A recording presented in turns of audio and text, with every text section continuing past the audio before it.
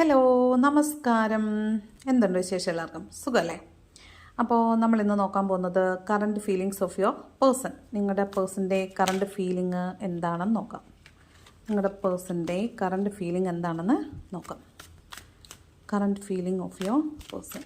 ഞാൻ പോസിറ്റീവ് കണ്ടാൽ പോസിറ്റീവായിട്ടും നെഗറ്റീവ് കണ്ടാൽ നെഗറ്റീവായിട്ടും പറയും. വിഷമം വിചാരിക്കരുത്.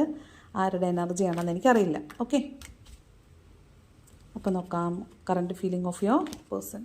ആഹാ, അടിപൊളി. ഇനി എന്ത് വേണം? 2 ഓഫ് കപ്സിൻ്റെ എനർജിയാണ് കേട്ടോ. നിങ്ങളെ വളരെയധികം ആഗ്രഹിക്കുന്നതായിട്ടും നിങ്ങൾ ആഗ്രഹിക്കുന്ന അല്ലെങ്കിൽ നിങ്ങൾ അർഹിക്കുന്ന പരിഗണനയും സ്നേഹവും തിരിച്ചറിയണമെന്നും നിങ്ങളിലേക്ക് വരണമെന്നും നിങ്ങളോട് ചേർന്നിരിക്കണമെന്നും അവരാഗ്രഹിക്കുന്നുണ്ട് കേട്ടോ. അതായത് ചിലപ്പോൾ നിങ്ങൾ മുൻപ് നിങ്ങളുടെ റിലേഷൻഷിപ്പിൻ്റെ ആദ്യകാലങ്ങളിൽ നിങ്ങൾ ഇത്രയും സ്നേഹത്തിലായിരിക്കും ഉണ്ടായിട്ടുണ്ടാവുക. പക്ഷേ അതിൻ്റെ ഇടയിൽ ഒരു മൂന്നാമതൊരൈ കണ്ടോ, ഒരു തേർഡ് ഐ അവിടെ ഉണ്ടായിരുന്നു. നിങ്ങളെ സർവൈലൻസിൽ വെച്ചിരുന്ന മൂന്നാമതാളുകൾ അല്ലെങ്കിൽ മൂന്നാമതൊരു ഘടകം അവിടെ ഉണ്ടായിരുന്നു. അതുകൊണ്ടാണ് നിങ്ങൾ അകന്നു പോയത്.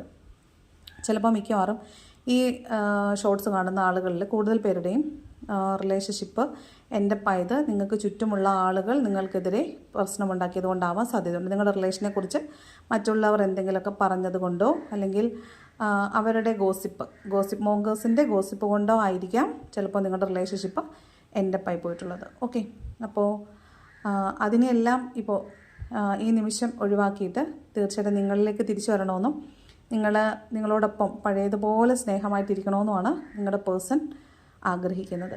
അപ്പോൾ ഇതാണ് നിങ്ങളുടെ പേഴ്സൻ്റെ കറൻറ്റ് ഫീലിംഗ് എന്ന് പറയുന്നത്. ഹാപ്പി ആയില്ലേ? ചിരിക്കൂ. Thanks for watching.